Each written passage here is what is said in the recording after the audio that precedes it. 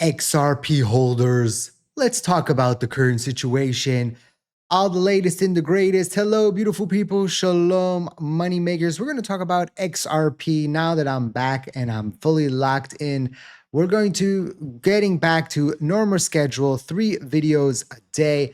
And I wanted to have sort of a state of the union type of video now that I'm back. I got my beautiful studio behind me.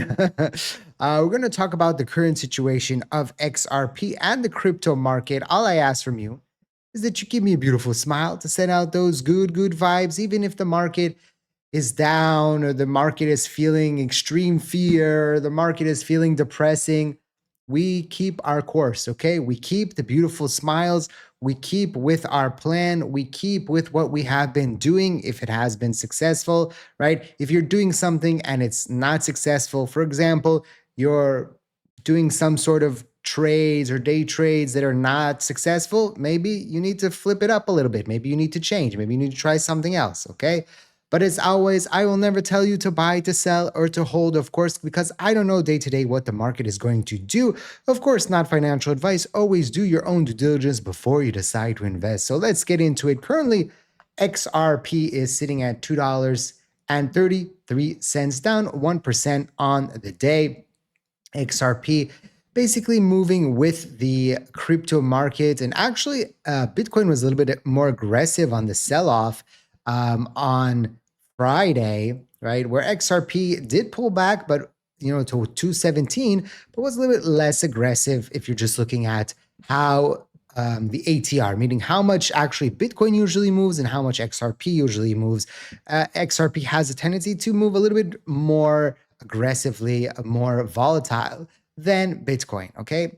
Ethereum is still under 4,000 at 3,867. But if you asked someone that held Ethereum a few months ago, back in April, if they would be happy with 3,867, they would be, yes, of course, right? That's amazing, right?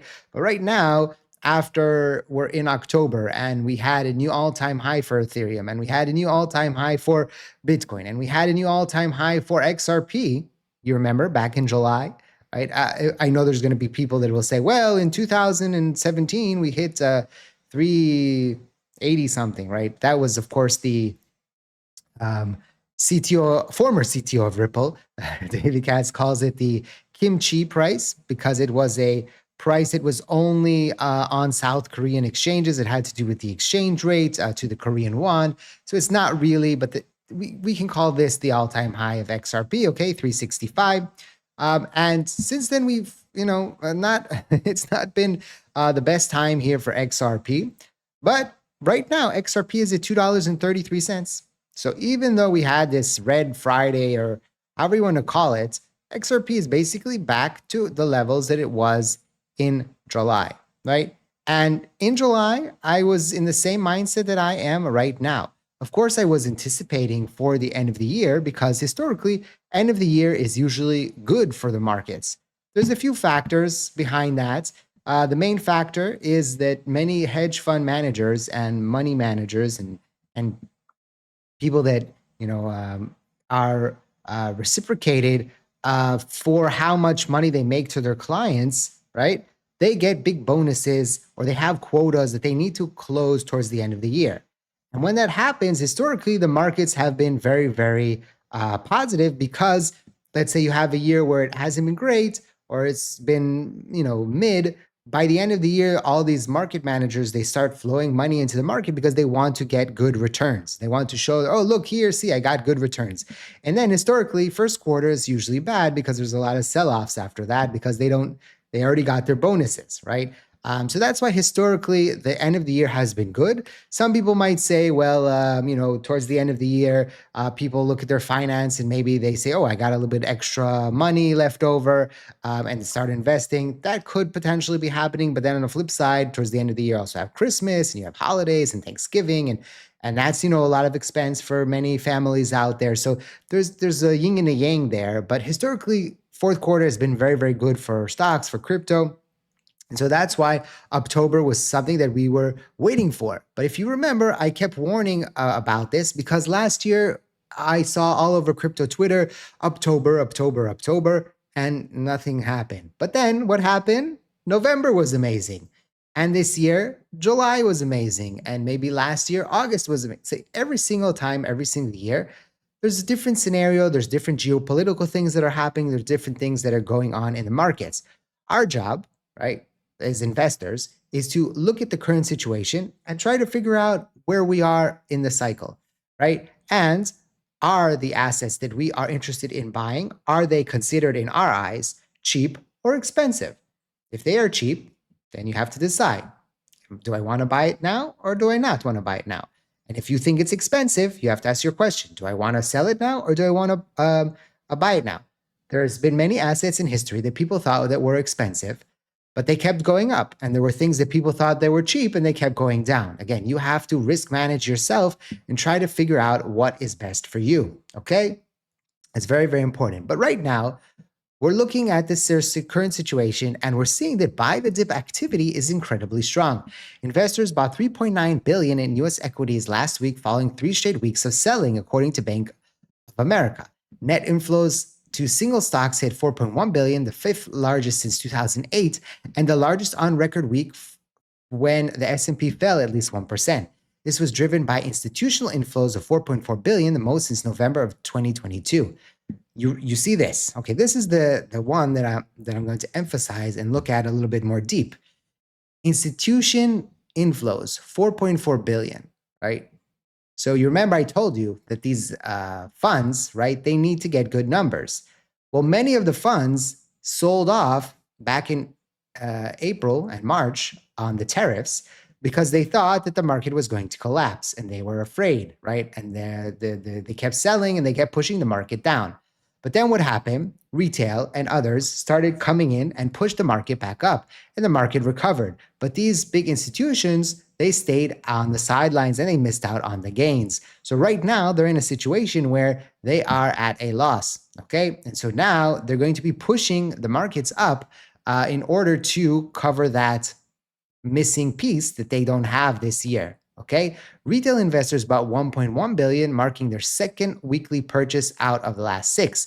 Meanwhile, hedge funds actually sold, positioning their 5th consecutive weekly sale. So hedge funds right now are selling, but institutions are buying. Okay, so actually these hedge funds were probably either shorting and then buying, but the institutions stayed out. Okay, so this is a very interesting situation that we are in right now. And you have many people. I saw one influencer saying that he thinks we're at the top. You have many others that are disagreeing with him. This is what's beautiful about the markets. You're going to have some people that are bullish, you're going to have some people that are bearish, and some people that think that it's over, and some people that think that we are ready for a bounce. That's why some people are going to make money, some people are going to lose money. Remember, when you're buying for someone, someone is selling, okay? That's the situation.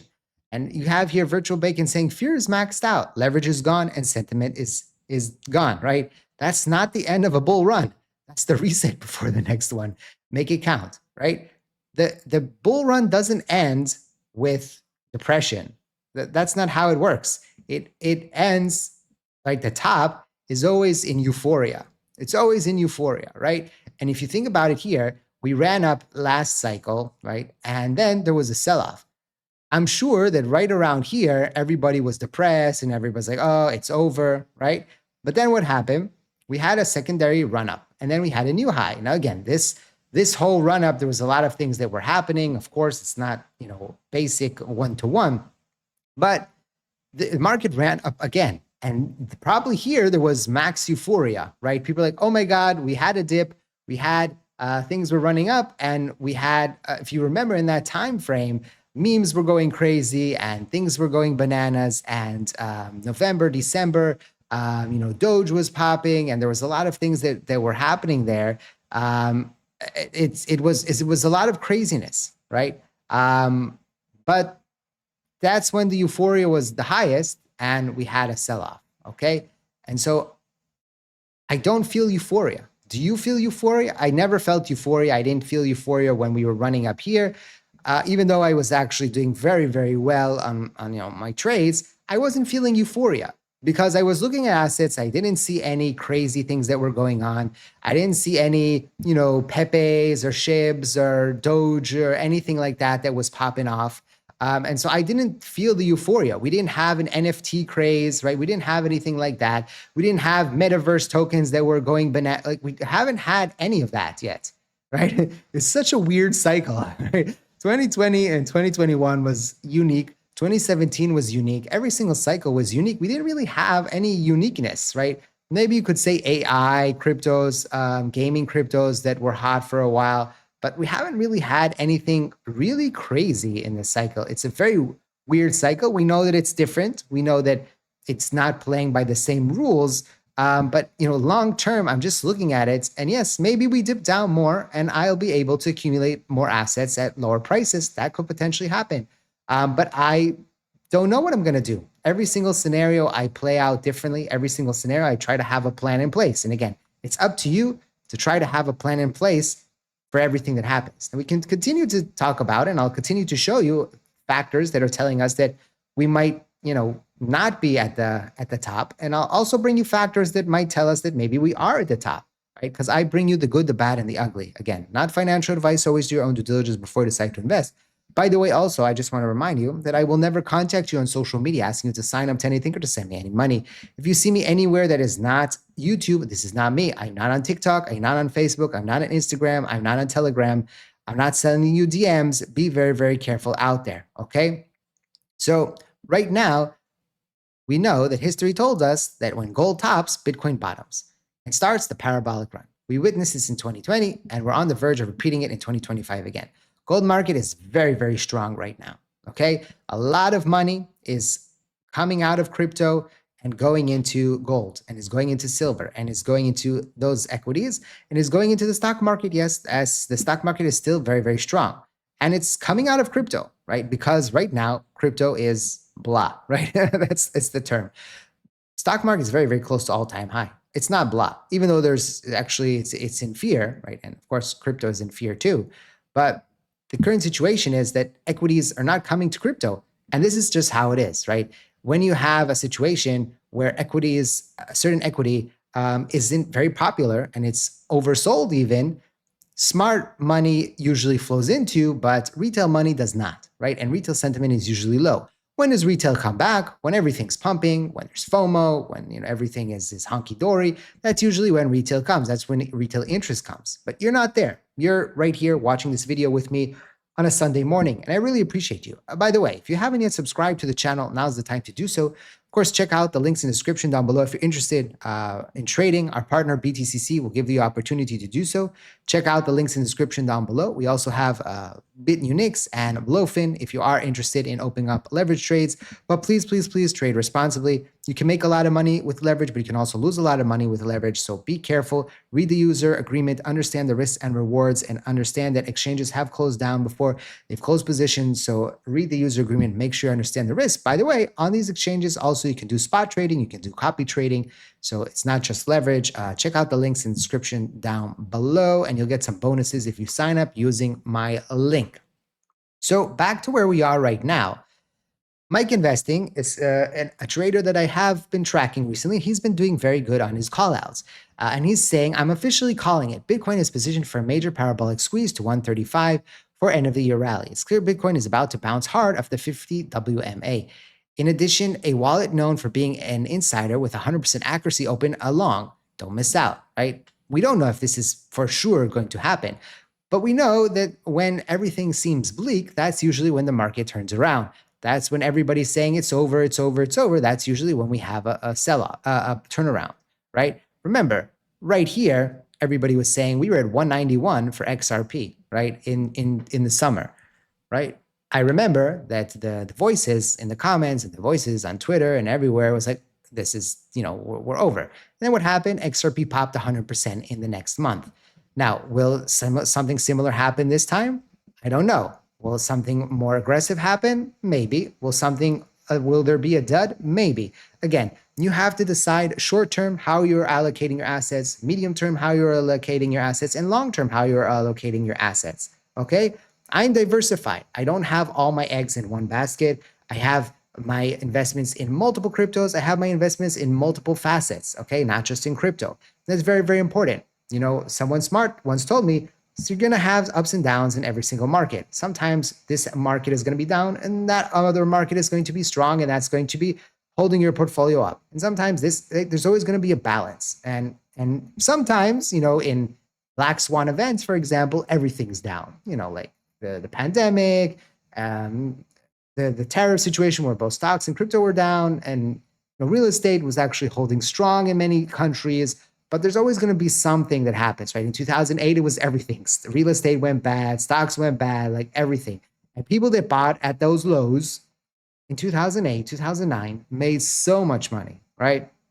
So you have to take advantage of every single market and situation that you are in. Sometimes you're going to have some winners, sometimes you're going to have some losers. That's just how the markets act, okay? But just be very careful out there. And again, not financial advice. Always do your own due diligence before you decide to invest. Very, very, very, very important. Subscribe to the channel for more XRP and crypto updates, and drop a comment 8 for infinity and beyond, and check out the links in the description down below. Again, some of those are affiliate links, so I will get a commission. Thank you for that. Thank you for watching. I hope to see you next time. And like I always say, let's make a lot of money.